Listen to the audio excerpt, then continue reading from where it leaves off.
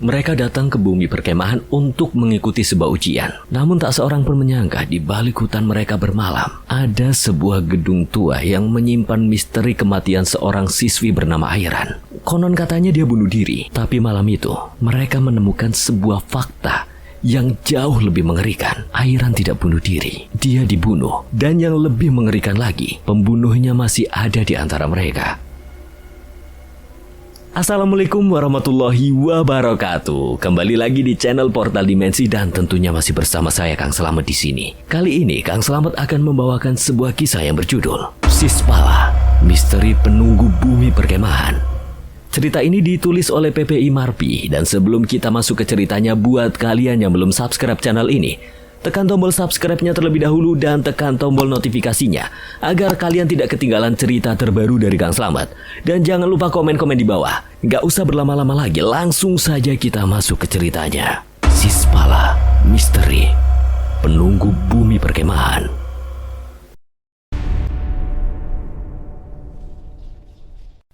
Bumi Perkemahan akan segera dimulai pada tanggal 28 Januari 2021.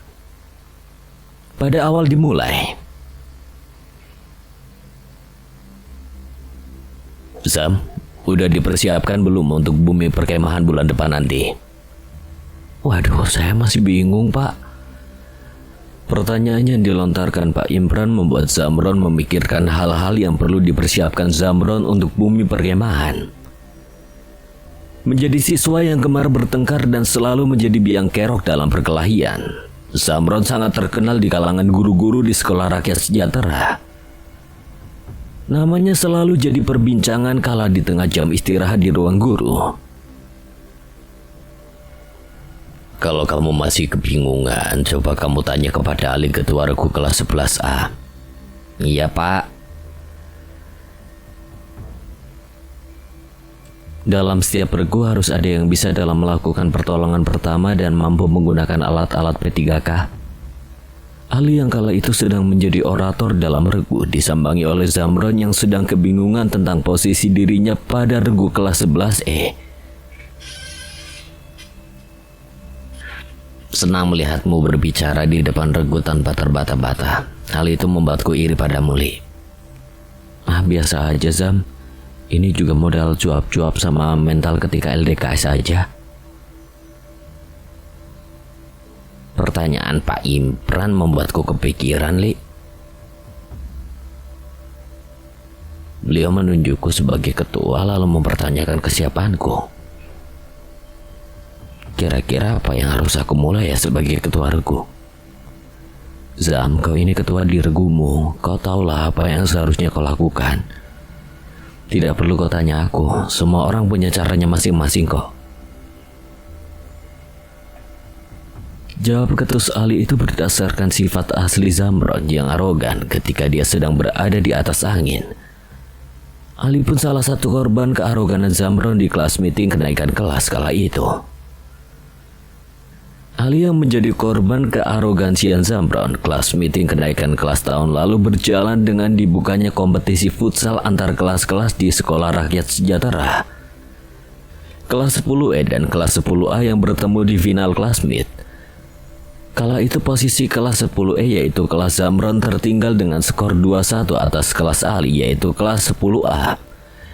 Namun sebelum bunyi berakhirnya pertandingan, ketidakterimaan Zamron atas kemenangan kelas 10A membuat Zamron melakukan tindakan pelanggaran keras yang membuat kericuhan di dalam pertandingan.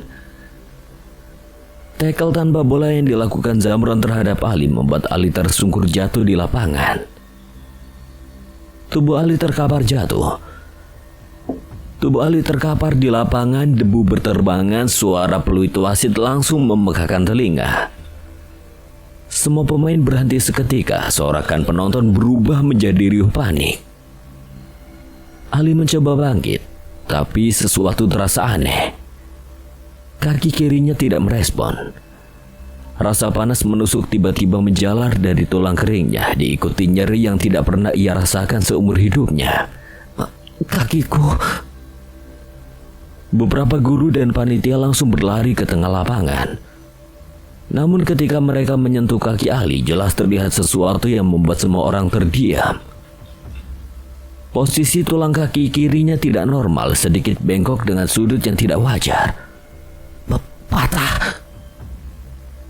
Suara salah satu panitia bergetar. Ali dibawa keluar lapangan dengan tandu darurat. Sementara itu di sisi lain Zamron hanya berdiri diam. Nafasnya masih berat, matanya tajam, tapi tidak ada sedikit pun rasa bersalah. Pertandingan dihentikan. Final kelas meeting itu tidak lagi membahas skor, tidak lagi membahas kemenangan. Semua orang hanya membicarakan satu hal, yaitu cedera Ali. Di rumah sakit Ali baru benar-benar merasakan kenyataan itu. Kaki kirinya patah cukup parah, membutuhkan penanganan serius dan waktu pemulihan yang lama. Minimal 3 bulan, kata dokter dengan nada tegas namun hati-hati. 3 bulan tanpa sekolah normal, 3 bulan tanpa aktivitas berat, 3 bulan belajar berjalan lagi dengan rasa sakit yang pelan-pelan menggerogoti. Hari-hari pertama adalah yang paling berat. Setiap kali efek obat bius hilang, nyeri itu datang seperti gelombang tajam, menusuk membuat Ali menggigit bibirnya sampai hampir berdarah. Astagfirullah, bisiknya pelan tiap kali rasa sakit datang, berusaha menahan diri. Syazan dan beberapa teman sesekali datang menjenguk. Putri datang membawa cerita sekolah, mencoba mencairkan suasana. Tapi semuanya terasa seperti jauh, seolah Ali sedang berada di dunia lain yang hanya berisi rasa sakit dan keterbatasan. Sementara Aira hanya diam lama di sudut ruangan rumah sakit. Tangannya gemetar tiap kali melihat kaki Ali yang dibalut gips putih. Aku takut. 3 bulan kemudian, latihan berjalan kembali menjadi perjuangan bagi Ali. Tongkat penyaga menjadi teman sehari-hari. Setiap langkah adalah pertarungan kecil antara niat dan rasa sakit yang belum benar-benar hilang. Namun yang paling membekas bukan hanya patahnya tulang kakinya, melainkan bagaimana satu momen di lapangan itu mengubah semuanya. Dalam kejadian ini pun Zamron diskor sekolah selama 1 minggu. Dan di balik itu semua, nama Zamron tidak pernah benar-benar hilang dari ingatan Ali. Dalam benak Ali, bukan ku tak mampu membalas perlakuannya, namun aku tahu Zamron adalah salah satu ujianku di dunia ini. Persaingan Ali dan Zamron terus berlanjut, di mana keduanya ditunjuk sebagai ketua dirgunya masing-masing untuk bumi perkemahan. Zamron semakin iri dengan sikap Ali yang ketus dan nampak mengungguli Zamron dalam kepemimpinan dirgunya. Hal itu membuat Zamron terbakar dan bercita-cita mengalahkan Ali dengan cara apapun dalam bumi perkemahan nanti. Ali yang tersadar ucapannya begitu ketus pada Zamron waktu lalu seketika merasa harus meminta maaf. Zam, Ali memperlambat langkahnya, memastikan suaranya tidak terdengar gugup. Tapi tangannya yang sedikit gemetar mengkhianatinya. Aku minta maaf soal ucapanku waktu itu. Aku tidak bermaksud seketus itu sungguh. Kalau kamu mau malam ini mampir ke rumahku, ku traktir makan, kita ngobrol, tukar pikiran gimana? Hening sejenak, Zamron akhirnya berbalik. Matanya menyapu Ali dari atas ke bawah, bukan dengan hangat. Gak perlu, Li. Tapi aku udah tahu apa yang harus dilakukan untuk bumi perkemahan nanti.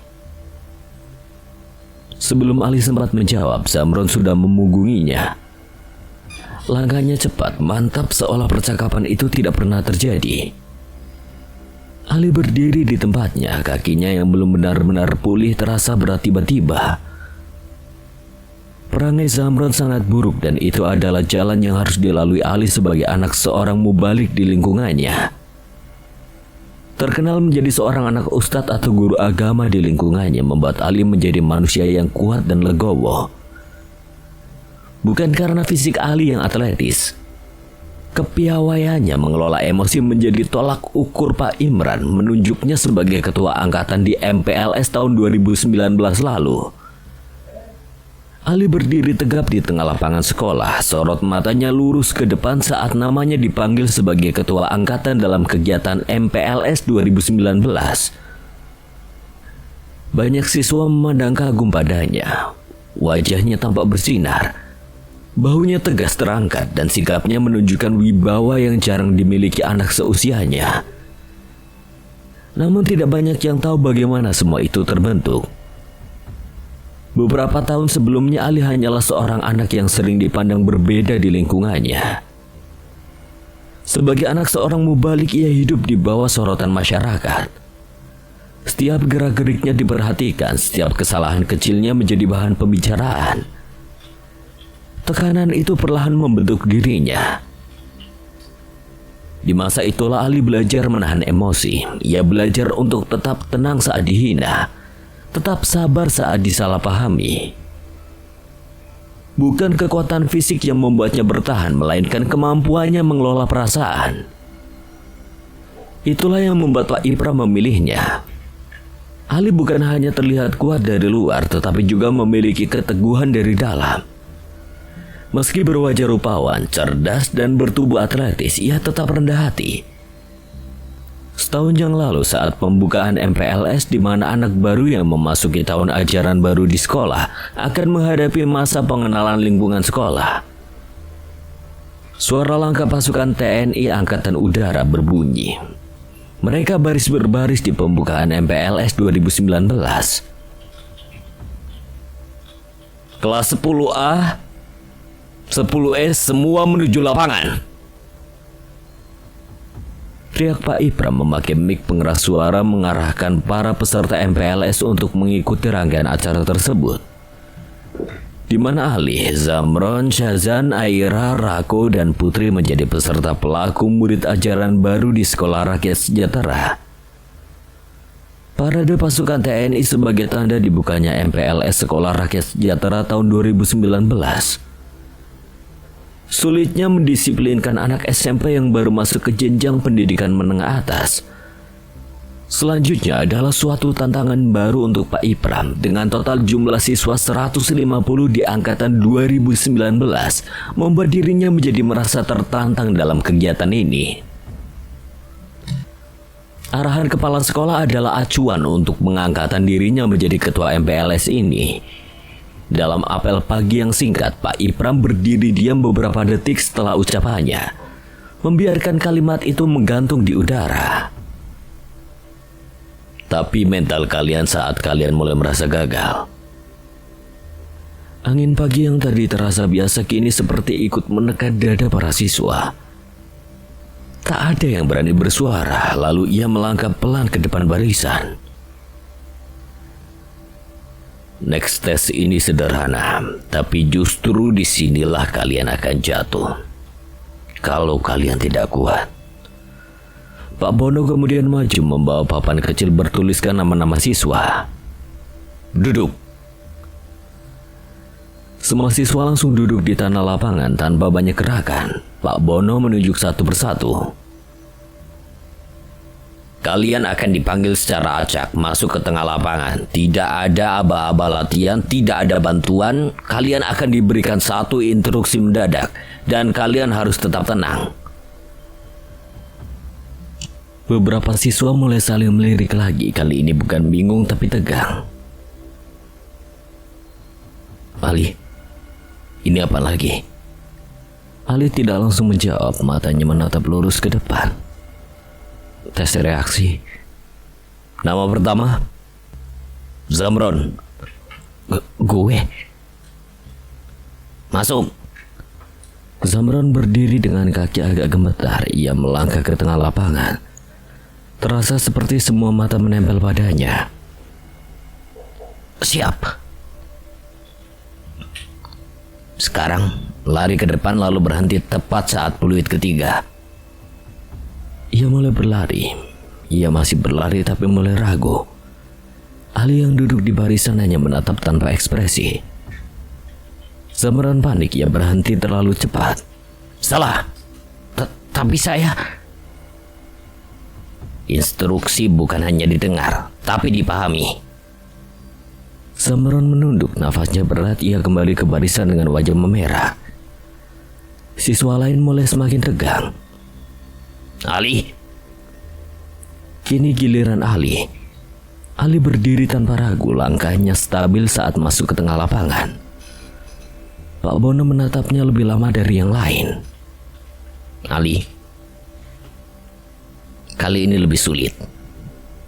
Siapa? Dengarkan baik-baik. Kau akan berjalan, tapi setiap kali aku tepuk tangan, kau harus berubah arah tanpa henti. Beberapa siswa mulai berbisik pelan, tapi langsung diam lagi. Ali mengangguk. Mulai. Ali berjalan. Tiap kali tepuk tangan dia langsung berubah arah. Langkahnya tetap tenang. Tak ada ragu, tak ada panik. Beberapa siswa mulai terlihat kagum. Zamron menatap dari belakang, terdiam namun tiba-tiba 2 tepukan cepat berturut-turut. Ali berhenti sepersekian detik. Semuanya menahan nafas. Ali menutup mata sebentar. Lalu ia bergerak bukan mengikuti suara tapi membaca ritme. Ia melangkah ke arah yang berbeda dari yang terlihat logis. Pak Bono mengerenyit. Tahan. Ali tetap berjalan dengan tenang sampai Pak Bono akhirnya mengangkat tangan. Berhenti. Ia berhenti lalu memberi hormat. Sunyi. Pak Bono menatapnya lama. Kau tidak hanya mengikuti perintah, kau membaca situasi. Itu yang membedakan pemimpin dan pengikut. Beberapa siswa mulai berbisik kagum. Zamron menatap Ali dengan ekspresi berbeda sekarang. Bukan iri tapi sadar. Namun Pak Bono belum selesai. Next, tes terakhir.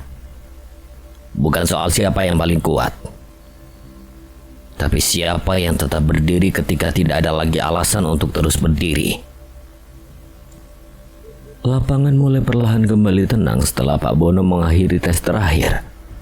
Beberapa siswa langsung terduduk di tanah mengatur nafas yang sejak tadi ditahan. Ada yang menunduk, ada yang hanya menatap kosong ke depan, mencoba mencerna apa yang baru saja mereka lewati. Namun Ali masih berdiri, tegap, diam, tidak berubah sedikit pun. Zamron yang sudah duduk di tanah menatapnya dari bawah. Ali, duduklah dulu. Ali akhirnya menurunkan sikap hormatnya, lalu duduk perlahan di samping Zamron. Pak Bono kembali melangkah ke tengah lapangan. Kali ini tidak ada ketegasan yang menekan, hanya wibawa yang tenang. Dengar baik-baik, kalian sudah melewati 3 tahap. Fisik, reaksi, ketahanan mental. Tapi itu baru permulaan. Beberapa siswa saling melirik lagi, masih lelah tetapi penasaran. Pak Bono melanjutkan. Mulai besok kalian tidak akan diuji di lapangan seperti ini lagi. Maksudnya masih ada? Justru yang sebenarnya baru dimulai. Ia menunjuk ke arah gedung sekolah di belakang lapangan. Kalian akan diuji di kehidupan sehari-hari, cara kalian berbicara, cara kalian menghormati orang lain, cara kalian mengatur diri sendiri tanpa ada yang mengawasi. Ia berhenti sejenak lalu menatap seluruh siswa satu persatu. Karena disiplin yang sesungguhnya bukan saat kalian disuruh, tapi saat kalian tetap melakukannya meskipun tidak ada yang melihat. Hening, angin kembali bertiup, kali ini terasa lebih ringan. Ali menatap ke arah gedung sekolah, matanya seperti memahami sesuatu yang lebih dalam dari sekedar latihan hari ini. Berarti tadi bukan yang paling berat. Bukan. Gila, kalau ini belum berat nanti apa lagi? Ali tidak langsung menjawab, ia hanya menatap lapangan yang kini mulai kosong. Yang lebih berat adalah jadi orang yang tetap seperti ini setiap hari. Zamron terdiam. Di kejauhan Pak Ipram masih memperhatikan mereka. Ada sedikit perubahan di wajahnya, bukan lagi sekedar menilai, tapi seperti sedang memastikan sesuatu. Angkatan ini mungkin tidak akan sama seperti angkatan sebelumnya. Pak Bono yang sudah lebih dari 5 tahun yang lalu dipercayai menjadi ketua penanggung jawab di MPLS Sekolah Rakyat Sejahtera, sangat memahami karakter-karakter siswa-siswi yang baru saja memasuki sekolah tersebut. Berlatar belakang dan sifat seperti apapun, dia sangat mengetahui sampai detailnya. Layaknya dasar laut yang jernih, beliau mampu melihat dasarnya walau hanya di tepian.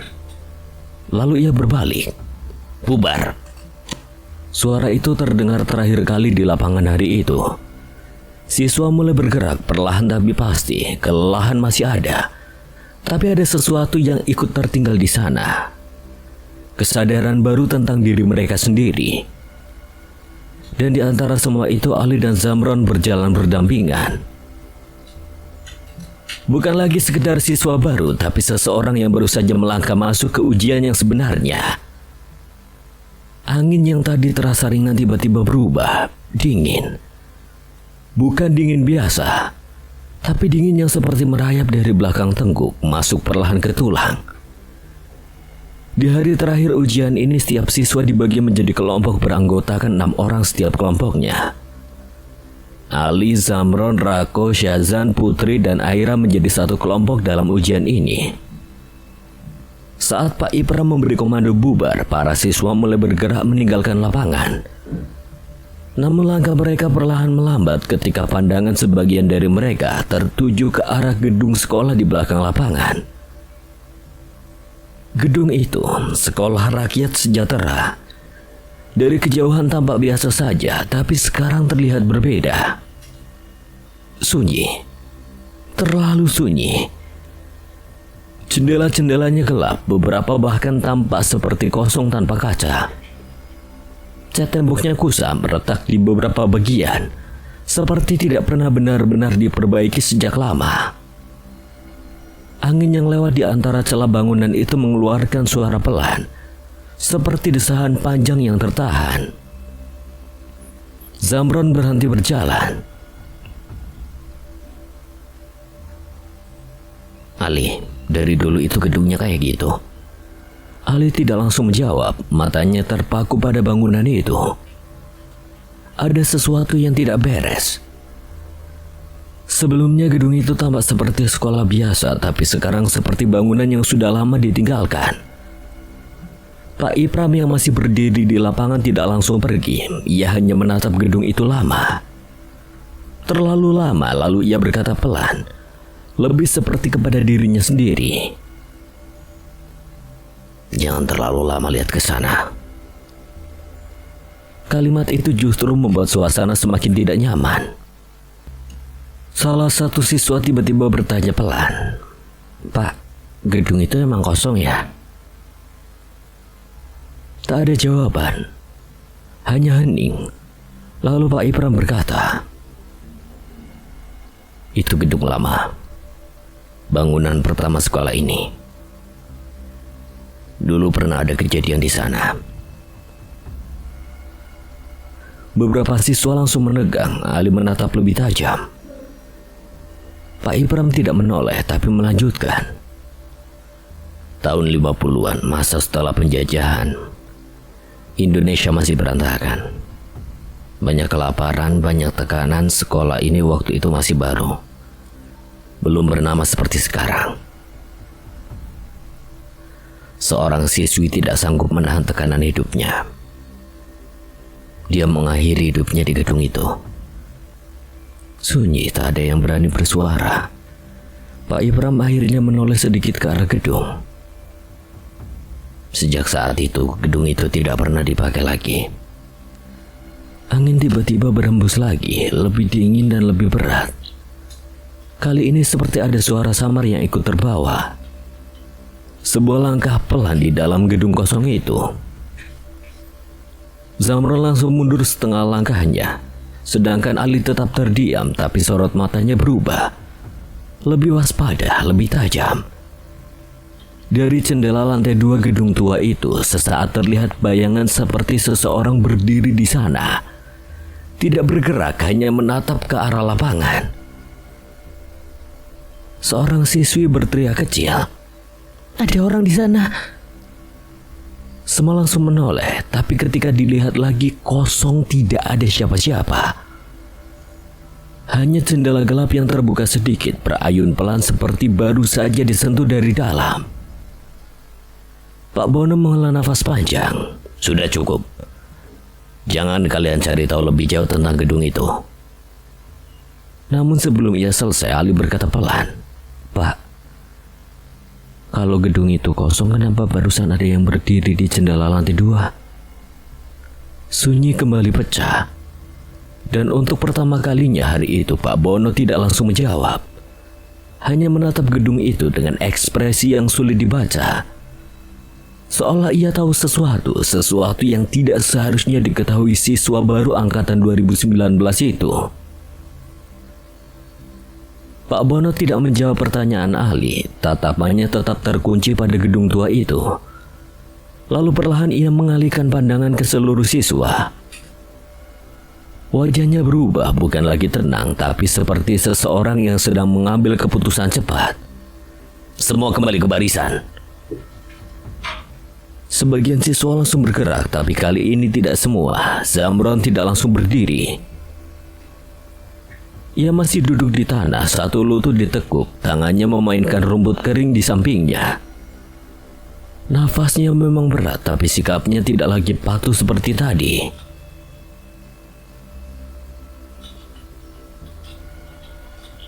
Barisan lagi, kayak robot aja. Ali melirik sekilas ke arahnya, berbeda. Zamron yang tadi masih terlihat mengikuti sekarang seperti mulai melepas itu semua. Seragamnya sudah agak berantakan, dasinya ditarik longgar tanpa peduli. Sementara itu dari sisi lain, seorang anak melangkah maju dengan langkah asal, ragu. Kancing bajunya tidak rapi, lengan digulung seenaknya. Rambut sedikit acak-acakan seperti tidak peduli aturan sejak awal. Ia bahkan tidak berhenti berjalan saat yang lain mulai membentuk barisan. Pak, ini tes apa sih sebenarnya? Dari tadi muter-muter doang. Kamu tidak dengar perintah? Dengar, tapi ya capek juga kali, lagian yang itu lebih menarik. Zamron kini ikut berdiri, tapi bukan untuk barisan. Ia berjalan sedikit mendekat ke Rako. Benar juga sih. Daripada disuruh lurus-lurus kayak tiang, mending kita lihat itu. Jangan, Ron. Kenapa? Takut. Ali memperhatikan mereka berdua, tidak seperti tadi. Sekarang mereka justru seperti sengaja melawan arus. Pak Bono menatap keduanya lama. Kalian berdua, apa kalian berdua tidak bisa diatur? Bisa diatur, Pak, tapi kalau masuk akal. Kalau enggak ya males. Suasana langsung berubah, tegang, tapi bukan karena takut, karena ketidakteraturan. Pak Ipra melangkah maju satu langkah. Jaga sikap kalian. Jaga sikap? Ini lagi dites mental kan, Pak? Ya kami jalani dengan cara kami dong. Kalau semuanya nurut terus ya gampang, nggak ada tantangan. Ali akhirnya bicara pelan. Kalian salah paham. Ini bukan soal nurut atau enggak. Ini soal kalian sadar atau enggak apa yang lagi terjadi. Ya justru itu. Kita lagi cari tahu. Di sana. Rako menunjuk ke arah gedung tua, hening. Pak Bono akhirnya berbicara lagi. Kalian ingin ke sana? Ya. Sekalian aja, Pak, biar jelas. Pak Ipram terlihat ingin menghentikan, tapi Pak Bono mengangkat tangannya sedikit. Baik. Kalau itu cara kalian menghadapi tes ini, silakan. Angin tiba-tiba berhembus lebih dingin. Rako menyeringai puas. Nah, gitu dong. Ia langsung berjalan ke arah gedung. Zamron menyusul, langkahnya lebih cepat, bahkan sempat mendahului sedikit.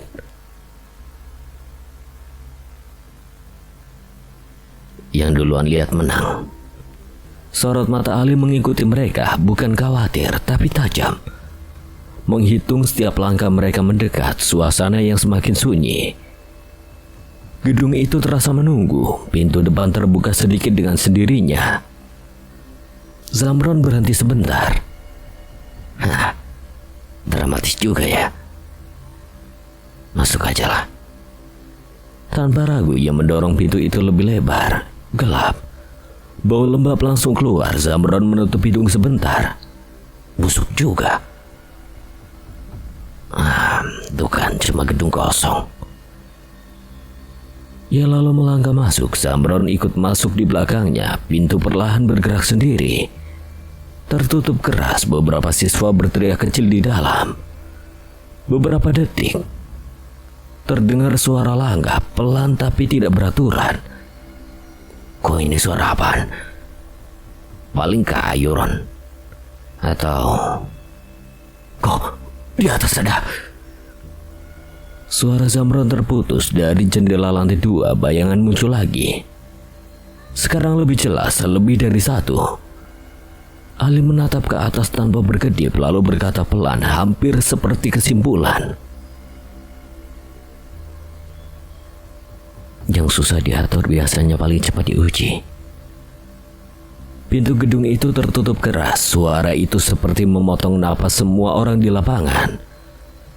Beberapa siswa langsung mundur, ada yang hampir menangis, tapi tidak ada yang berani mendekat. Ali tetap berdiri di tempatnya, matanya masih tertuju ke jendela lantai 2. Bayangan itu sekarang jelas lebih dari satu. Di sisi lapangannya agak jauh, sedikit tersembunyi dari kerumunan siswa, Pak Bono dan Pak Ipram berdiri berdampingan. Namun kali ini mereka tidak terlihat seperti pengawas biasa. Tatapan mereka berbeda. Lebih dalam. Lebih tahu. Sudah mulai. Aku tidak suka cara ini. Mereka masih terlalu baru. Justru karena itu. Hening sejenak, angin berembus pelan membawa suara samar dari dalam gedung. Atau kau sengaja menunggu yang seperti mereka? Setiap angkatan selalu ada yang tidak bisa diatur, yang melawan, yang penasaran, dan yang bisa melihat. Yang itu, dia bukan ikut tes. Dia bagian dari tes. Suasana menjadi lebih dingin, lebih berat. Pintu gedung tua itu terbuka lebih lebar. Udara dingin langsung menyembur keluar seperti nafas panjang dari sesuatu yang sudah lama tertahan. Sosok di ambang pintu itu mundur perlahan ke dalam, menghilang ke gelap, dan tanpa aba-aba. Putri melangkah maju. Kita nggak punya waktu. Kalau itu bukan mereka lagi, justru kita harus masuk. Putri. Syazan mencoba menahan. Tapi Putri sudah berjalan. Ali menyusul tanpa ragu. Syazan menghela nafas lalu ikut. Beberapa siswa lain dengan ragu dan takut akhirnya mengikuti. Aira masih setengah sadar di pelukan salah satu siswi, tapi tiba-tiba ia membuka mata. Masuk.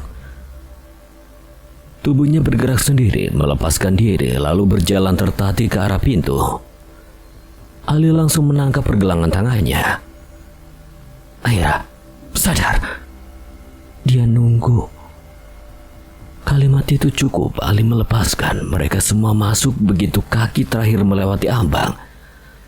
Pintu tertutup keras, kali ini terkunci. Beberapa siswa langsung panik. Mereka mendorong pintu tapi tidak bergerak, seolah pintu itu menyatu dengan dinding. Tadi gak sekecil ini. Mereka baru sadar interior gedung ini tidak masuk akal. Dari luar terlihat seperti bangunan tua biasa, tapi di dalam langit-langitnya tinggi. Pilar-pilar besar berdiri di sepanjang lorong. Lantai marmer retak, tapi tetap terasa megah, seperti gedung ini bukan sekedar sekolah, tapi sesuatu yang pernah penting. Ini gak mungkin. Lampu gantung tua bergoyang pelan padahal tidak ada angin. Ali berjalan beberapa langkah ke depan. Setiap langkahnya menggema, seolah ruangan ini mendengar mereka. Tiba-tiba Aira berhenti, tubuhnya kaku. Salah satu siswa memanggil, tapi Aira perlahan mengangkat kepalanya. Matanya berubah kosong. Lalu ia bicara, tapi bukan dengan suaranya. Aku tidak kuat. Suasana langsung membeku. Putri menoleh cepat. Mulai lagi. Diam semua. Dengarkan. Aira melangkah pelan ke tengah ruangan. Tangannya terangkat sedikit seperti merasakan sesuatu. Dingin. Lapar. Takut. Suaranya bergetar, tapi bukan karena dirinya. seperti kenangan orang lain. Lampu di atas tiba-tiba meredup dan di dinding bayangan mulai bergerak. Bukan bayangan mereka, tapi adegan kabur seperti potongan ingatan. Seorang siswi duduk di sudut kelas sendiri, kurus menunduk. Aku tidak makan 3 hari. Ini masa itu. Pasca penjajahan kondisi kacau. Bayangan berubah sekelompok orang dewasa, guru atau penjaga. Mereka berdiri mengawasi tapi tidak membantu. Hidup harus kuat. Aku capek. Sendirian. Tak ada yang lihat. Dia mau kita lihat, bukan cuma takutin. Kisi-kisi, apa? Dia lagi kasih tahu kenapa dia mati. Aku naik. Aku pikir aku akan hilang. Pecah. Tiba-tiba lampu berkedip keras. Terdengar suara benturan dari atas. Semua siswa refleks menoleh ke arah tangga besar di ujung ruangan. Dan di sana bayangan itu muncul lagi. Siswi itu berdiri di atas tangga. Dia menatap ke bawah. Aira mengangkat tangannya menuju ke arah itu.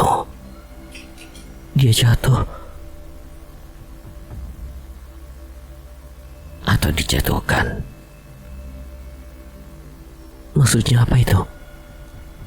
Berarti kematiannya bukan sesederhana bunuh diri. Dia belum selesai. Tiba-tiba sosok itu menghilang, lampu gelap total. Dan dalam kegelapan suara Aira terdengar lagi pelan dan dekat. Tolong temukan siapa yang sudah mendorongku. Gelap. Tidak ada suara, tidak ada cahaya. Hanya nafas, pelan, berat, lalu semuanya berubah. Cahaya redup mulai muncul, bukan cahaya listrik, tapi cahaya matahari yang masuk dari celah dinding kayu. Ruangan sempit, lantai tanah, bau lembab dan lapar. Ali berdiri di sana, tapi bukan sebagai dirinya. Ia hanya melihat semua siswa kini seperti ditarik masuk ke dalam satu ingatan yang sama. Tak ada yang bisa bergerak bebas, tidak ada yang bisa berbicara. Hanya menyaksikan. 1950, seorang gadis kecil duduk di sudut ruangan. Tubuhnya kurus, rambutnya panjang tapi kusut. Matanya kosong. Itu dia, Airan. Versi kecilnya, tangannya menggenggam perutnya. Aku lapar. Di depannya seorang wanita, yaitu ibunya, mencoba memasak sesuatu tapi yang ada di panci hanya air. Airan menatap itu. Bu, hari ini makan apa? Nanti ada. Suaranya terdengar tidak yakin. Suara berat terdengar dari luar. Langkah banyak, berat, pintu kayu didorong keras. Beberapa pria berseragam masuk, wajah mereka dingin. Tanpa ekspresi, ayah Airan langsung berdiri menunduk. Terlalu cepat, terlalu takut. Salah satu tentara berbicara kasar, bahasa yang tidak sepenuhnya dimengerti. Tapi maksudnya jelas. Kerja paksa. Lagi. Ibunya langsung mendekat.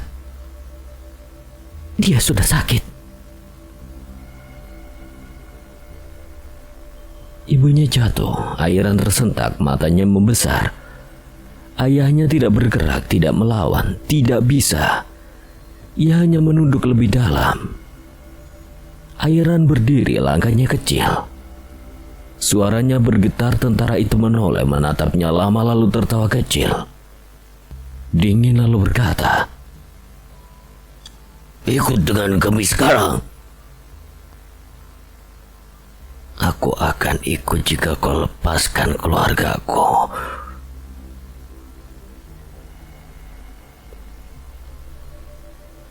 Mereka lalu membawa ayah Airan. Adegannya berubah cepat seperti potongan mimpi buruk. Ayahnya di lapangan dipaksa bekerja, memanggul, berlari, jatuh, dipukul, bangkit lagi, jatuh lagi sampai tidak bangkit lagi. Airan melihat semuanya dari jauh, tersembunyi, tidak bisa mendekat, tidak bisa menangis. Berpindah di rumahnya lagi, sepi. Ibunya terbaring lemah, nafasnya pendek. Airan, kamu harus kuat. Aku takut. Ibunya tersenyum tipis, tapi matanya sudah kosong. Tangan itu terjatuh, diam. Tapi masih baru, masih hidup, anak-anak ada. Belajar tapi suasananya tidak hangat, tidak seperti sekolah, lebih seperti tempat bertahan hidup. Airan duduk di bangku, diam, tidak berbicara, tidak punya teman. Ia makan sunyi, benar-benar sunyi. Airan sekarang sendiri, duduk di depan rumah, tidak ada yang tersisa. Tak ada makanan, tak ada keluarga, hanya hidup yang terlalu berat untuk anak seusianya. Langit mendung, angin dingin, seorang pria datang, bukan tentara, tapi orang lokal. Sekolah lagi buka. Kalau kamu ikut bisa dapat makan. Mata Airan sedikit berubah, harapan kecil tapi ada. Gedung itu, gedung yang sekarang mereka tempati cepat, seolah takut diambil. Hari demi hari ia tetap sendiri, tidak ada yang benar-benar peduli. Guru hanya mengawasi, bukan menjaga. Suara Aira yang masih kerasukan mulai terdengar lagi. Tapi sekarang lebih jelas. Ali yang memejamkan mata berusaha teringat apa yang sudah diajarkan gurunya jikalau sedang berada di situasi seperti ini. Namun ada energi lain yang tidak bisa diterima secara nalar manusia, membuat Ali gagal fokus untuk mengingat.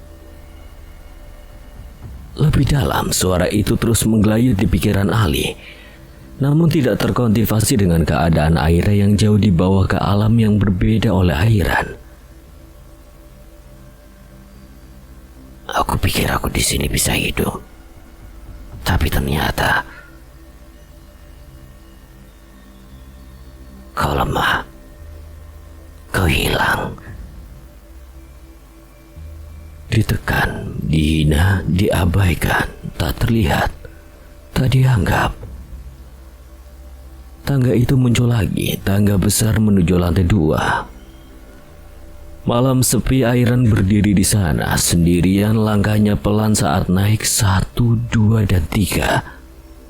Setiap langkah berat. Aku capek. Aku gak kuat. Kalau aku hilang ada yang peduli gak ya? Ia menutup mata. Tubuhnya condong ke depan, tapi tiba-tiba tangan lain muncul menyentuh bahunya, mendorong keras. Mata Airan terbuka terkejut. Tidak siap, tubuhnya jatuh. Airan mulai tersadar dari kerasukannya. Semuanya kembali. Gedung tua, para siswa, nafas mereka berat, beberapa langsung jatuh terduduk. Putri menggenggam tangannya erat. Dia nggak bunuh diri. Dia dibunuh. Dan dia tahu siapa. Aira masih berdiri di tengah-tengah, perlahan mengangkat kepalanya.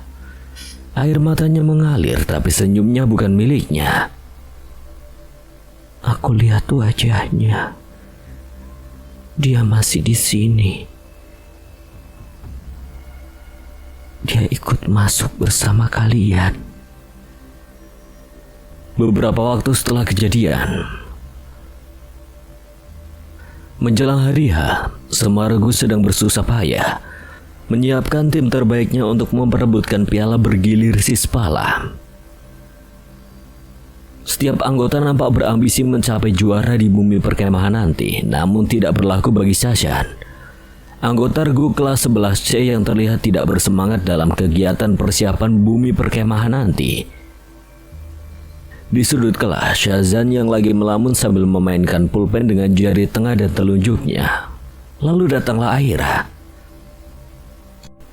Zan, bengong aja. Awas lu kesambat. Lah bukannya kamu Ra yang sering kerasukan. Iya ya. Ada apa sih melamun terus? Gak apa-apa sih Ra, cuma lagi mikir aja.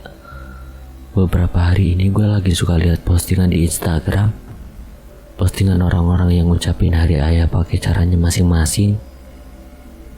Terus beberapa bulan belakangan ini ayah gue gak balik-balik ke rumah karena kerjaan Ra.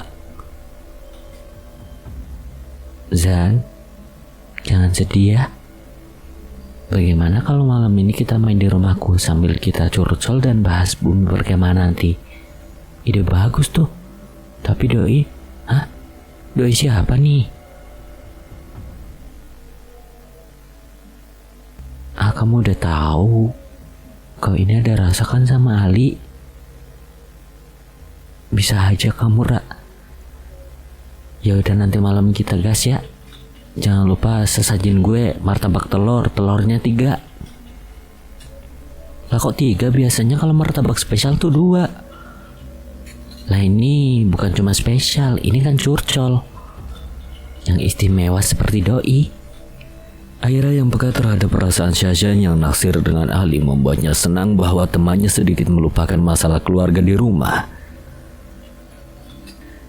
Syazan yang memiliki banyak prestasi gemilang semenjak duduk di sekolah dasar, nilai rapot yang sempurna serta tidak ada nilai yang di bawah 80, membuatnya selalu peringkat 3 besar di sekolah dasar. Di SMP, dan dia mendapatkan prestasi dari luar kelas. Sederet piala penghargaan Olimpiade Matematika tingkat nasional sudah berhasil dia bawa pulang. Belum lagi prestasi dia di cabang olahraga pencaksilat. Dia terkenal memiliki kemampuan membuat mental lawannya menjadi mental tempe ketika berhadapan dengannya. Perawakannya yang lumayan kekar dan atletis bagi tubuh perempuan. Ayah Syazan yang mempunyai darah dari bangsa Arab yang membuatnya berbadan bongsor. Pada satu malam, Syazan berniat menyambangi rumah Aira. Karena Syazan ingin bercerita dan berkeluh kesah pada Aira. Malam itu pukul 19:45. Dia berangkat ke rumah Aira menggunakan ojek online. Dengan wajah gugup dan canggung, Syazan melihat ada bangku kayu panjang yang ada di samping rumah Aira. Dan di sana pun terlihat ada warung kelontong. Sambil menunggu Aira, ia membeli air mineral dingin di warung tersebut dengan berniat duduk di bangku menunggu air tiba. Mas, beli aqua dinginnya 1 ya? Iya mbak. Mbaknya gak pernah kelihatan di daerah sini. Baru pindahan di sini mbak. Bukan mas ya temennya Aira yang rumahnya di sebelah? Oh alah, temennya mbak Aira. Baguslah kalau Aira ada yang menemani. Loh kenapa mas ngomong gitu? Emang Aira gak punya teman selain saya? Di kampung mbak Aira baru akan dimulai pemilihan kepala desa. Dan bapaknya Mbak Aira ikut jadi calon kades di pemilihan tersebut. Lalu apa hubungannya dengan ucapan masnya yang tadi? Nanti mbaknya juga tahu. Tanya aja sama Mbak Aira. Udah mas, saya nggak ngerti. Ini uangnya, uang pas. Sorot lampu depan motor Aira menyilaukan mata Syazan. Akhirnya kau datang juga, Ra. Wah, aku kemalaman ya Zan. Maaf ya, tadi di tukang martabak agak ngantri. Jadi aku harus bersabar menunggu antriannya. Ayo kita masuk ke rumahku. Ia membuka gerbang pintu rumah Aira. Syazan mengikuti di belakangnya melihat keadaan rumah Aira yang nampak sunyi seperti tidak ada orang di dalam rumah tersebut. Yang ada di balik gerbang pintu rumah Aira hanya ada taman kecil di dalam pot-pot. Seperti tanaman lidah buaya, bunga kamboja, janda bolong, dan kaktus yang sudah mulai mengering. Jarak pintu gerbang dan pintu rumah Aira hanya 2 meter, membuat kami tidak terlalu lama untuk sampai masuk ke dalam ruang pertama rumah Aira, yaitu ruang tamu. Apa kamu kesulitan cari rumahku? Walau mereka sudah berteman dari kelas 10, mereka belum saling mengunjungi rumah masing-masing. Hanya sekedar kerja kelompok atau kongko, mereka memilih kedai kopi sebagai pilihan mereka dan teman-teman lain untuk berkumpul. Ya Ra, beberapa kali tadi aku bertanya sama Abang Gojek, lokasi rumahmu ini yang ada di Jalan Asem Gang Jambu. Lalu Abang Gojek ngira bukan di sini titik koordinat lokasi rumahmu. Iya, emang di sini emang ada beberapa gang jambu sih. Lalu di sini pula banyak warung kelontong yang membuatku mungkin agak sedikit lupa lokasi rumahmu. Biasanya harus berapa kali menyambanginya agar aku hafal. Sambil membuka bungkus martabak yang sudah dibeli Aira tadi, Aira kaget. Hah? Warung kelontong? Iya, warung kelontong Madura yang seperti di samping rumahmu. Aira heran dengan ucapan Syazan. Hanya bisa menggaruk-garuk kepalanya. Pasalnya hanya ada satu warung kelontong di dekat rumah Aira dan itu jaraknya kurang lebih 400 meter dari rumah Aira. Ia mencoba mengalihkan pembicaraan Syazan. Aira yang kebingungan mengambil segelas air di dapur. Gak ada orang kah di sini? Selagi ibu dan bapak aku ada di kampung, aku bebas melakukan apa aja di sini, Zan. Dengan wajah yang pucat, Aira meminum segelas air dingin untuk mencoba menenangkan pikirannya. Keadaan Aira yang begitu bebas ditinggal orang tuanya di kampung membuat Syazan penasaran dan terus menghujani Aira dengan pertanyaan-pertanyaan. Enak gak sih tinggal di rumah sendiri tanpa pengawasan orang tua? Ya awalnya aku nangis-nangis terus karena gak betah budeku yang rumahnya beberapa kilometer dari sini sering ngejenguk aku ke sini buat sekedar ngasih makan atau membantu membereskan rumah. Aira tidak langsung memberitahu alasan orang tuanya tega meninggalkan anak perempuan remaja yang masih duduk di bangku sekolah SMA ini. Sekedar mengetahui aku masih sehat aja. Budeku udah menggosip di tetangga-tetangganya, Zan. Namanya juga ibu-ibu ya. Dalam benak Syazan ingin mengetahui alasan mengapa orang tuanya memilih tinggal di kampung dan meninggalkan Aira di rumah yang cukup untuk ditinggali 3 orang ini. Namun ada rasa canggung dan tidak enak hati pada Aira untuk menanyakan hal tersebut. Apalagi Syazan sangat mengetahui sifat Aira yang sangat sensitif. Mungkin bisa-bisa Aira pun akan sangat merasa terganggu jika Syazan menanyakan hal tersebut. Akhirnya, ia memilih untuk memendam pertanyaan-pertanyaan yang menggelayuti isi kepalanya terhadap Syazan demi menjaga ikatan persahabatan mereka. Seolah-olah Aira dan Syazan sama-sama mengetahui bahwa mereka berdua sudah mengetahui bahwa alasan kedua orang tua Aira memilih tinggal di kampung halamannya. Jika ucapan mas-mas warung Madura penjaga kelontong itu benar, bahwa bapaknya Aira adalah bakal calon kepala desa di kampung halaman Aira, cepat atau lambat juga aku akan mengetahuinya, entah dari Aira langsung ataupun dari orang lain selama kami bersahabat. Dengan niat hati ingin menumpang ke toilet, ia melihat ada bagian kamar yang terkunci dengan rantai bagian depan pintunya. Terlilit rantai besar menyilang seperti huruf X yang menyilangi pintu. Setelah selesai dari toilet, Syazan duduk di lantai depan martabak yang sudah dibeli tadi. Ia mengambil martabak yang berisi kacang coklat di dalamnya lalu memakannya. Sambil ngemil cantik, Syazan mulai percakapan lagi dan membuka suasana menjadi semakin tegang. Karena Syazan masih belum percaya apa yang barusan dia lihat. Ra, kamu tahu kan aku orangnya kepoan? Jujur aku bingung semenjak masuk ke rumahmu dari cara kamu cuma tinggal sendiri, terus di depan halaman ada pohon-pohon kecil yang udah kering, dan terus terakhir aku lihat kamar yang tampak gelap dari luar, lalu diberi kunci rantai menyilang seperti itu. Apa kamu bisa jelasin ke aku maksud dari pintu yang dirantai itu? Suasana mendadak dingin seolah Aira dan Syazan berada dalam ruangan minimarket yang pendingin ruangannya baru semua.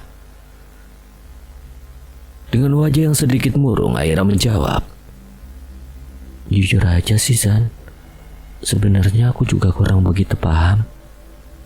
Tapi yang ku tahu setiap pintu itu dibuka oleh budeku, esok harinya pasti ayah dan ibuku nelpon dari Jawa. Loh, jadi hanya ada momen-momen tertentu kedua orang tuamu nelpon? Gak juga. Tapi itu yang udah pasti. Setengah tidak puas, Syahzan mengiyakan jawaban Aira bermaksud mengindahkan momen mereka. Setelah beberapa kali ada kejanggalan di rumah Aira dan Syahzan tidak begitu puas dengan jawaban-jawaban dari Aira, ia pamit pulang karena waktu sudah menunjukkan pukul 9 malam. Malam makin larut setelah kepergian Syahzan. Rumah yang tadi terasa hangat oleh obrolan kini kembali sunyi seperti biasanya. Hanya ada suara jangkrik dari luar dan sesekali angin yang menyusup lewat celah-celah dinding bambu yang menemani Aira. Aira duduk sendiri di ruang tengah, sisa martabak masih tergeletak di atas kardusnya. Sudah dingin dan tidak lagi menggugah selera. Entah kenapa sejak Syahzan menyinggung pintu yang dirantai itu, perasaannya menjadi tidak tenang. Matanya beberapa kali melirik ke arah lorong sempit yang mengarah ke kamar terkunci itu. Cuma perasaan. Gumamnya pelan mencoba menenangkan diri, namun tiba-tiba suara gesekan pelan terdengar dari arah pintu yang dirantai. Aira langsung menegang. Ia menahan napas, sunyi kembali. Beberapa detik berlalu. Kali ini lebih jelas seperti ada sesuatu yang menggesek dari dalam. Rantai itu seolah bergerak. Suaranya hampir tak terdengar. Dengan langkah pelan ia berdiri. Kakinya terasa berat, tapi rasa penasaran dan ketakutan mendorongnya untuk mendekat. Lorong itu terasa lebih dingin dari biasanya. Semakin dekat, hawa dingin menusuk kulitnya. Dan saat ia berhenti beberapa langkah dari pintu, Aira. Suara itu sangat pelan, seperti bisikannya dipaksakan keluar dari tenggorokan yang kering. Siapa itu? Namun kemudian ketukan dari dalam pintu perlahan teratur, seolah ada seseorang di dalam.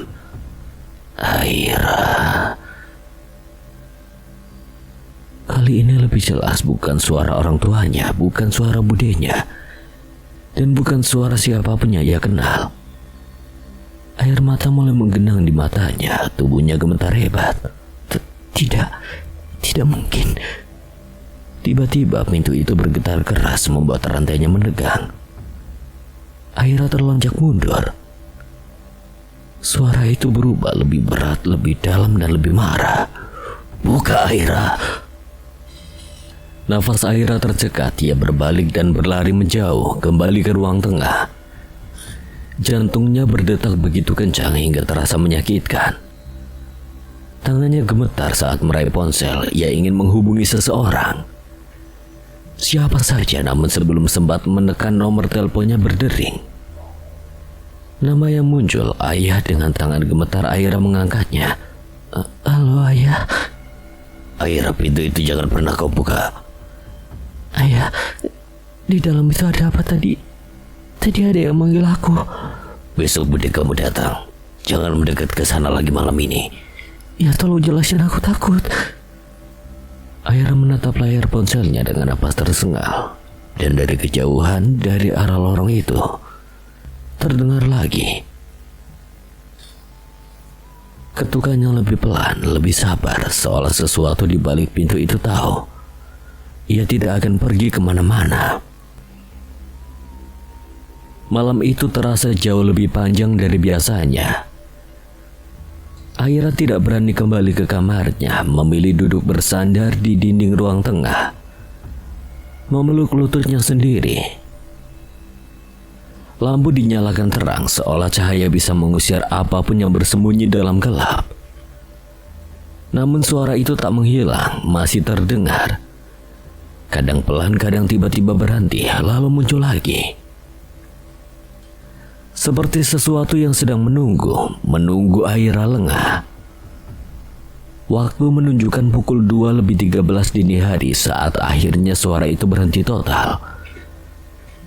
Sunyi. Benar-benar sunyi, Aira tidak tahu kapan ia tertidur. Mungkin karena lelah, mungkin karena tubuhnya menyerah pada rasa takut yang terlalu lama dipendam. Ra, bangun. Suara itu terdengar jauh lalu semakin dekat. Aira membuka mata perlahan. Cahaya pagi masuk dari sela-sela jendela. Di depannya berdiri budenya. Akhirnya bangun juga kamu. Dari tadi bude panggil-panggil. Bude, semalam ada suara dari kamar itu. Kamu mimpi? Bukan mimpi bude, aku dengar jelas. Bahkan dia manggil nama aku. Hening, bude menarik nafas panjang lalu berjalan melewati Aira tanpa menjawab. Langkahnya menuju lorong, menuju pintu yang dirantai itu. Bude, jangan. Saat sampai di depan pintu, Aira merasakan lagi hawa dingin itu. Sama seperti semalam, bahkan lebih menusuk. Bude berdiri tepat di depan pintu. Tanpa ragu ia menyentuh rantai itu. Bude, kenapa pintu itu selalu dikunci? Diam. Bude ngomong sama siapa? Tatapannya kini berbeda, lebih tajam, lebih serius. Kalau kamu dengar suara apapun dari dalam sini, jangan pernah dijawab. Kenapa? Karena yang memanggilmu bukan manusia.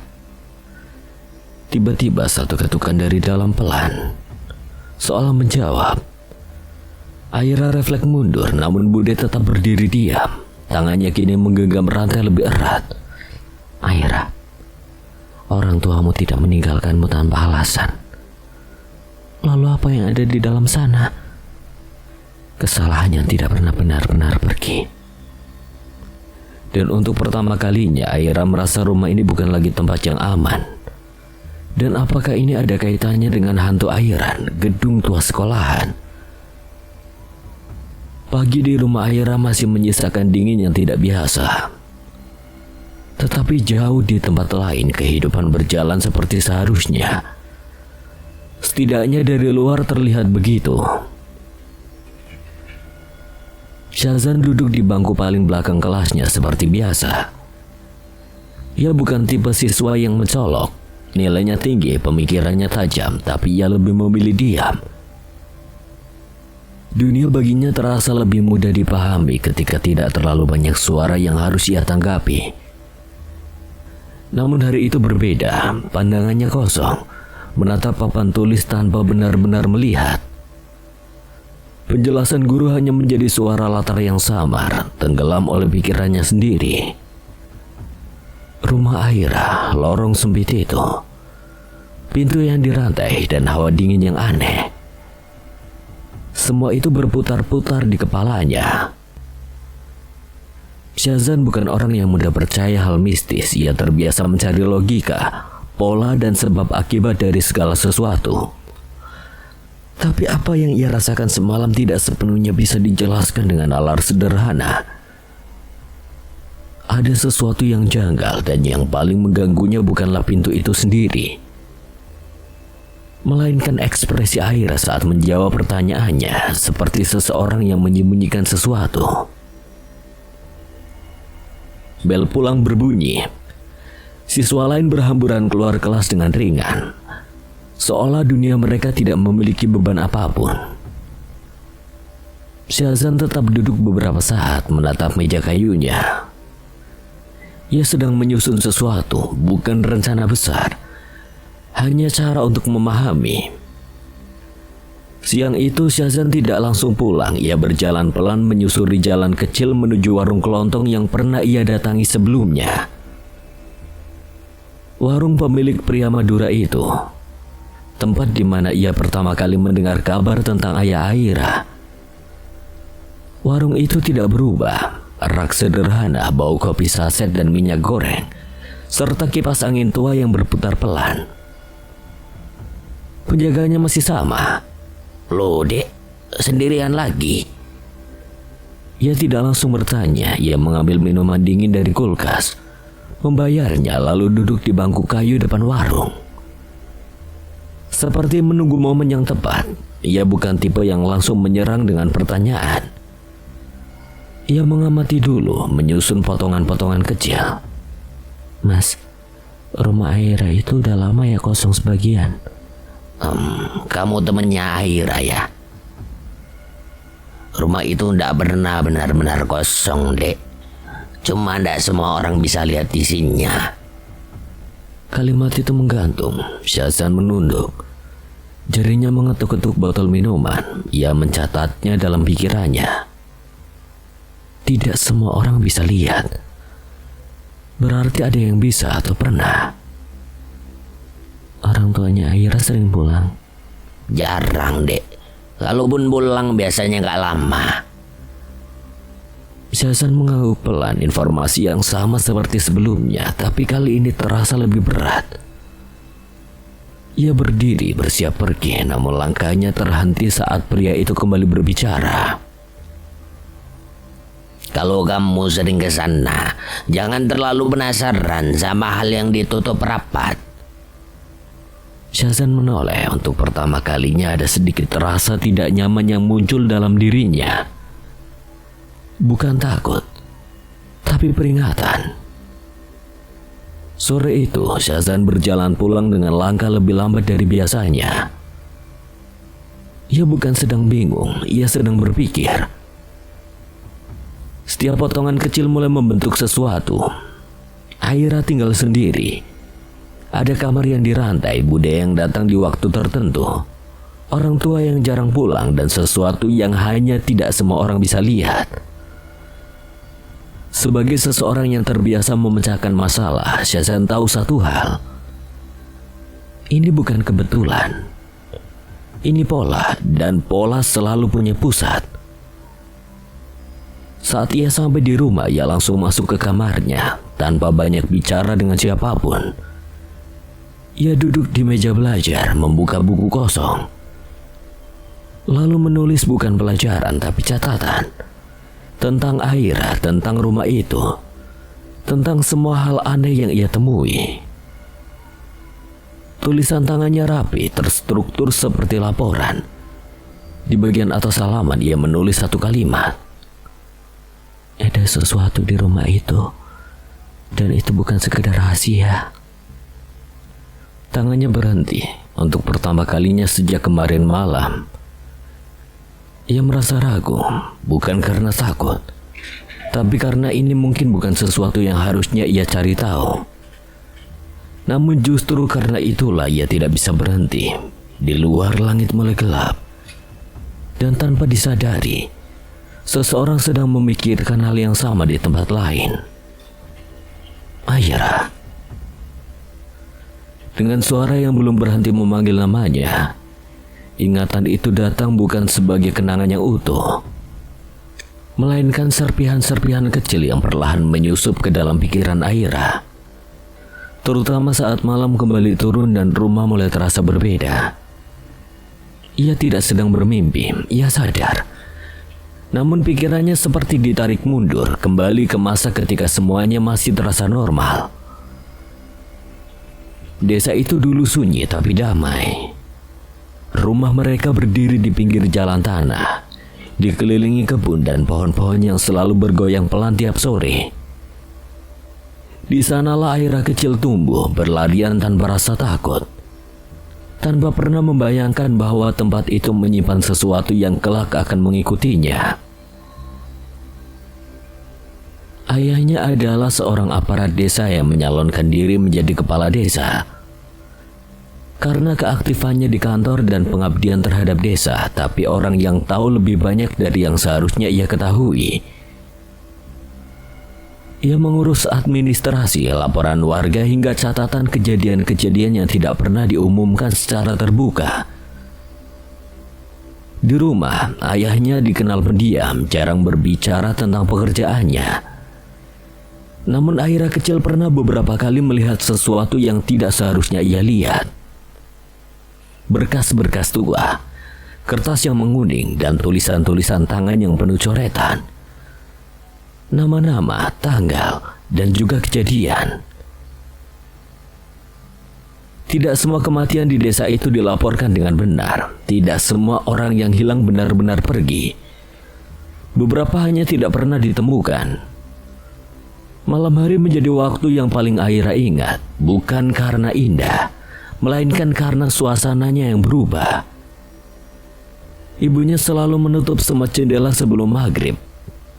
Pintunya dikunci berlapis, bahkan untuk ukuran rumah desa yang sederhana. Ayahnya sering duduk sendiri di ruang tengah, menatap kosong ke arah pintu belakang, seolah menunggu sesuatu atau memastikan sesuatu tidak masuk.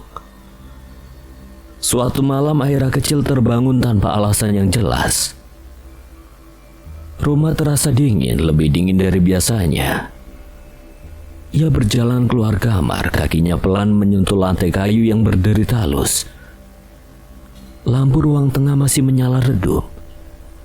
Dan ayahnya ada di sana, duduk tidak bergerak, namun bukan itu yang membuat Aira berhenti. Melainkan suara-suara yang datang dari luar rumah. Pelan seperti bisikan. Tidak jelas kata-katanya, tapi cukup untuk membuat bulu kuduknya berdiri. Aira tidak mengerti, namun ayahnya mengerti.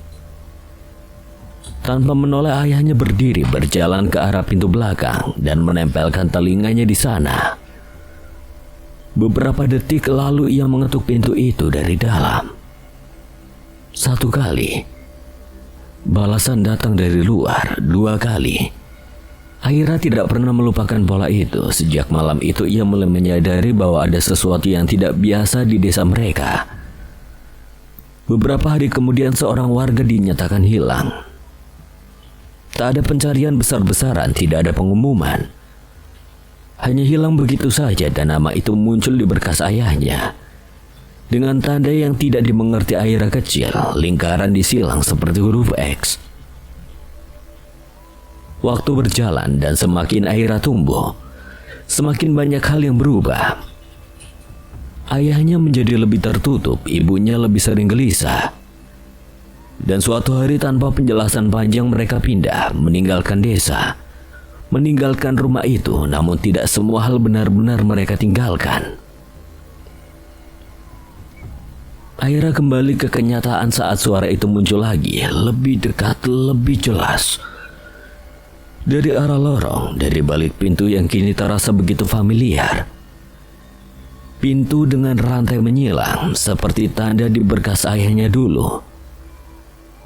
Hawa dingin merayap perlahan dan di dalam pikirannya, potongan-potongan itu mulai tersambung. Pintu itu bukan sekedar pintu, ia adalah pengulangan dari sesuatu yang pernah ada dan kini dibawa kembali. Satu ketukan, pelan. Aira tidak bergerak, namun matanya menatap lurus ke arah lorong gelap itu. Dalam diam tanpa suara, ia mulai memahami sesuatu yang seharusnya tidak pernah ia ketahui.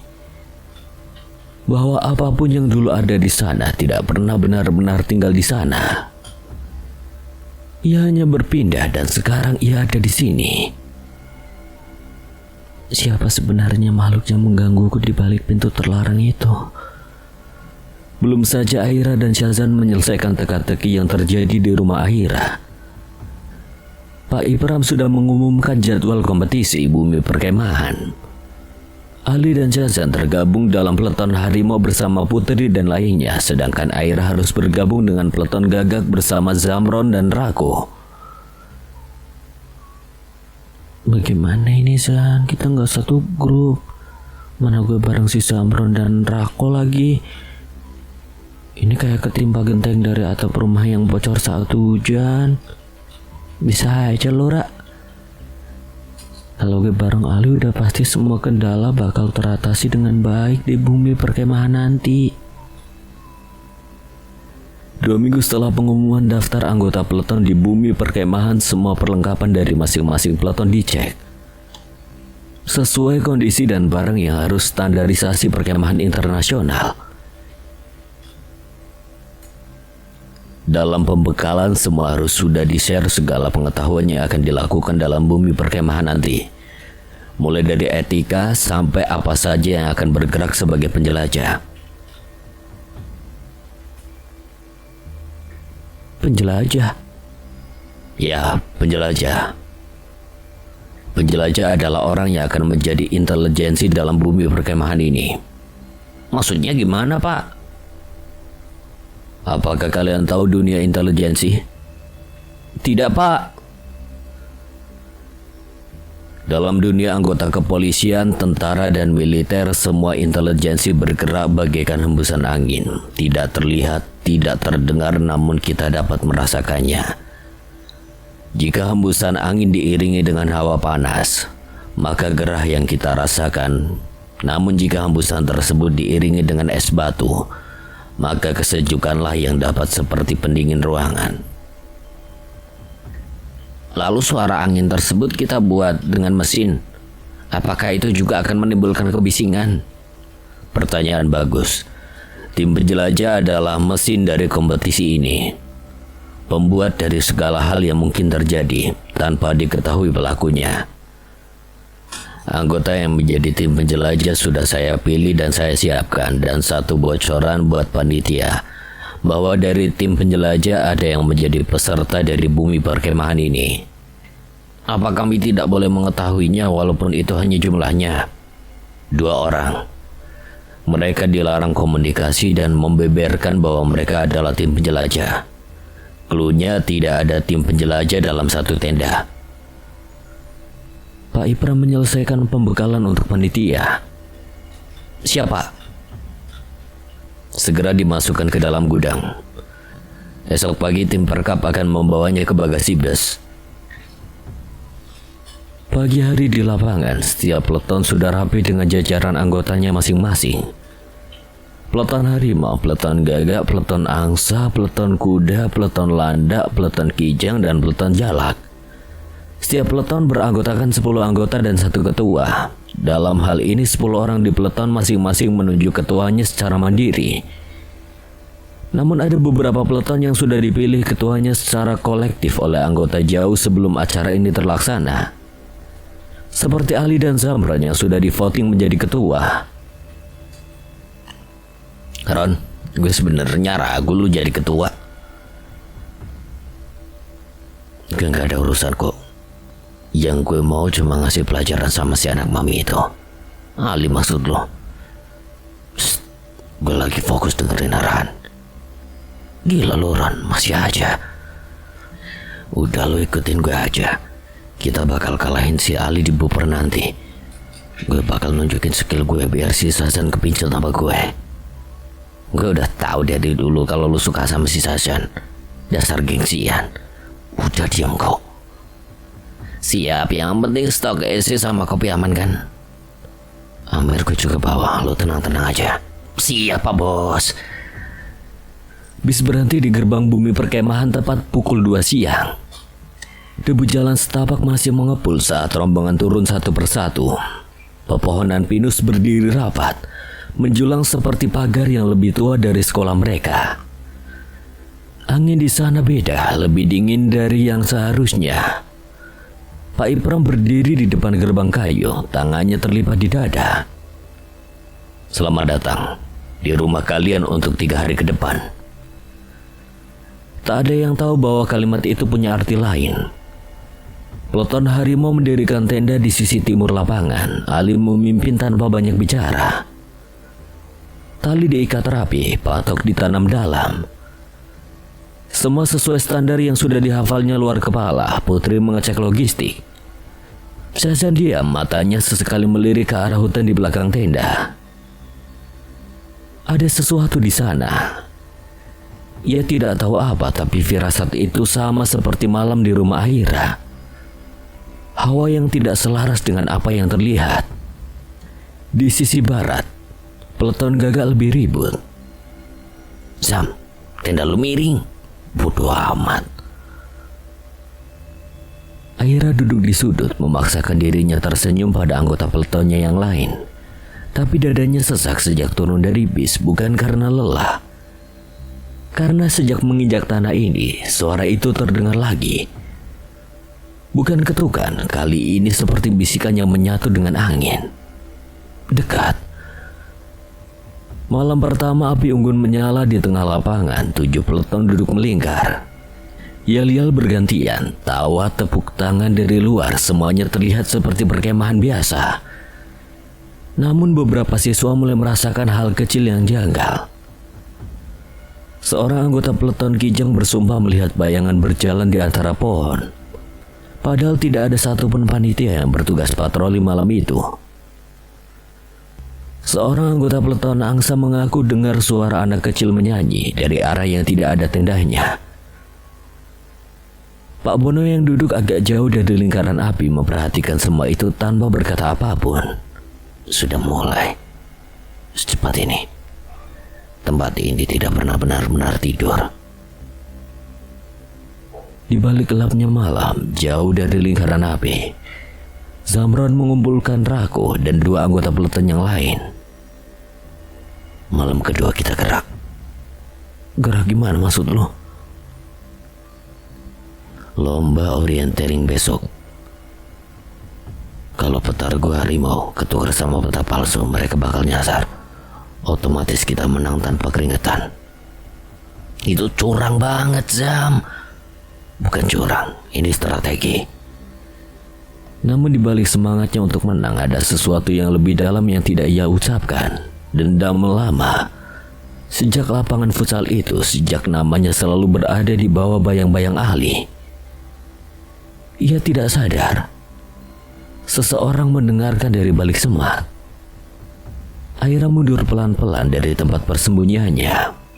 Jantungnya berdegup kencang, ia harus memberitahu Ali. Tapi baru 2 langkah ia berjalan. Hawa dingin datang. Kali ini bukan dari kejauhan, tapi dari dalam dirinya sendiri. Jangan biarkan.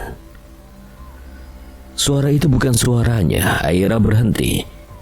Tubuhnya kaku sesaat, lalu kembali normal. Ia menoleh ke belakang. Tak ada siapa-siapa, hanya pepohonan pinus yang diam dan 1 jendela cahaya kecil dari tenda panitia yang jauh di ujung lapangan.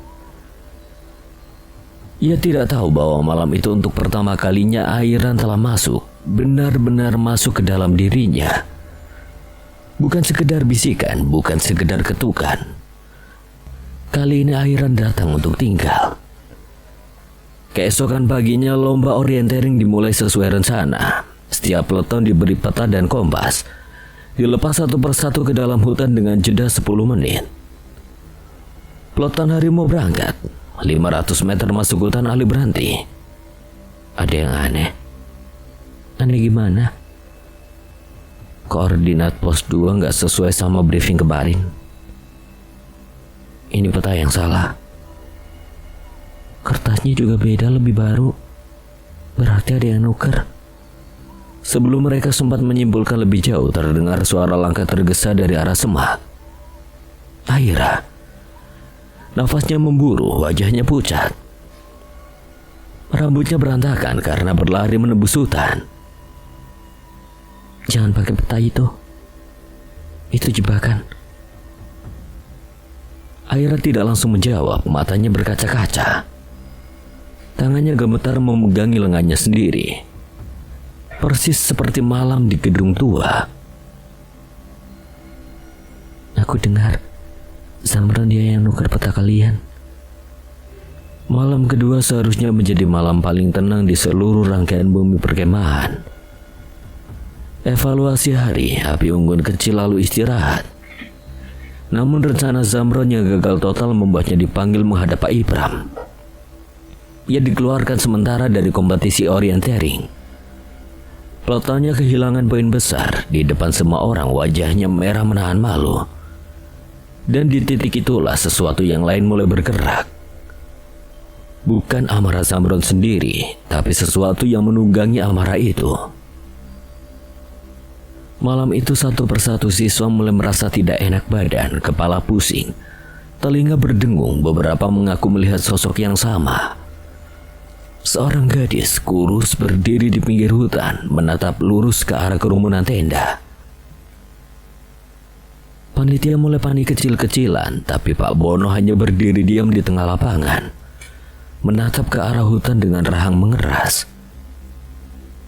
Dia sudah lengkap. Maksudmu, dia menemukan tempat yang sama seperti dulu. Orang-orang yang berkumpul, yang lemah dibiarkan tertekan, yang licik dibiarkan menang. Malam ini dia akan bicara, dan dia tidak akan bicara pelan-pelan lagi.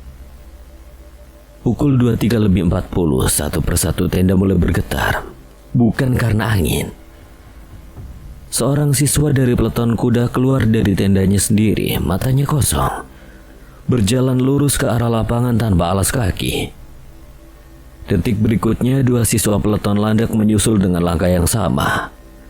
Kaku, seragam seperti ditarik tali tak kasat mata. "Bangun semua, bangun!" Teriakan panitia bersahutan, lampu senter menyala liar ke segala arah. Tapi cahaya itu justru memperjelas apa yang sedang terjadi. Belasan siswa kini berdiri di tengah lapangan dalam satu barisan yang tidak pernah mereka bentuk sendiri. Mata mereka kosong, bibir mereka bergerak bersamaan. Namun suara yang keluar bukan suara mereka masing-masing. Satu suara menyatu. Berat. Zamron yang baru keluar dari tendanya sendiri untuk melihat keributan membeku di tempat. "Ron, ini bukan main-main." Namun sebelum kalimat itu selesai, Rako sendiri ikut berhenti bergerak. Matanya melebar sesaat, lalu perlahan meredup kosong. Satu persatu, seperti api yang menjalar dari sumbu ke sumbu, kesurupan itu menyebar, bukan acak. Aira yang berdiri agak jauh dari kerumunan menyadarinya lebih dulu. Mereka jatuh. Mereka yang jatuh adalah mereka yang malam sebelumnya berdiri di sisi Zamron yang tertawa saat rencana curang itu disusun, yang diam saja saat Ali difitnah. Dia memilih siapa yang kena. "Mundur semua, jangan sentuh mereka." Terlambat. Zamron yang masih sadar penuh justru melangkah maju bukan untuk menolong, melainkan karena amarah dan ketakutan bercampur jadi satu. "Apa-apaan ini? Rako, sadar lu!" Barisan itu menoleh serentak, bukan ke arah Rako, ke arah Zamron. Dan suara yang keluar dari belasan mulut sekaligus itu berubah dari rintihan lemah menjadi sesuatu yang jauh lebih dingin. "Kamu sama seperti mereka. Apa sih lo? Yang menekan, mengabaikan, membiarkan yang lemah jatuh sendirian." Api unggun yang tersisa tiba-tiba padam serentak seolah ditiup dari satu arah. Gelap total.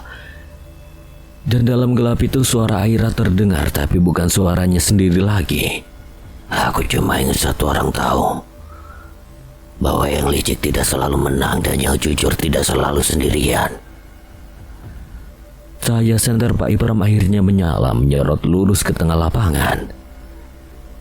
Di sana Aira berdiri paling depan dari seluruh siswa yang kerasukan, tubuhnya gemetar. Air mata mengalir deras di wajahnya yang pucat pasi. Tapi matanya sesaat, untuk sesaat, hanya sesaat, menatap tepat ke arah Ali dan tersenyum, bukan senyum kosong seperti yang lain. Senyum yang lega. "Tolong dia. Tolong Ali. Jangan biarkan mereka menang dengan cara curang." Tubuhnya limbung. Ali berlari menangkapnya sebelum jatuh ke tanah. Di belakangnya satu persatu siswa yang kerasukan mulai ambruk bersamaan. Seperti tali yang dilepas dari tangannya menariknya, Rako jatuh terduduk. Dua anggota peleton kuda dan landak roboh ke rumput. Napas mereka tersengal seolah baru saja berlari sejauh berkilo-kilometer. Hanya Zamron yang masih berdiri, membeku, menatap kegelapan hutan di kejauhan, di mana sesaat tadi ia melihat siluet seorang gadis berdiri di antara pohon pinus. Diam menatapnya lama, lalu menghilang. Pak Bono berjalan pelan ke tengah lapangan menatap satu persatu siswa yang mulai siuman dengan wajah kebingungan dan lelah luar biasa. Ini belum selesai. Dia sudah dapat yang dia mau. Bukankah begitu? Dia baru dapat perhatian, yang dia mau sebenarnya keadilan. Dan itu belum tuntas. Angin malam berembus pelan, membawa aroma tanah basah dan sesuatu yang samar. Seperti nyanyian kecil dari kejauhan dinyanyikan oleh suara yang sudah lama tidak lagi bernapas. Sekian, dan terima kasih buat PPI Marpi yang telah mengizinkan saya membawakan ceritanya. Apabila ada kesalahan atau kekurangan, Kang Selamet memohon maaf sebesar-besarnya. Dan akhir kata, Kang Selamet pamit undur diri. Kalian jangan lupa komen dan juga share sebanyak-banyaknya. Wassalamualaikum warahmatullahi wabarakatuh. Sampai berjumpa lagi.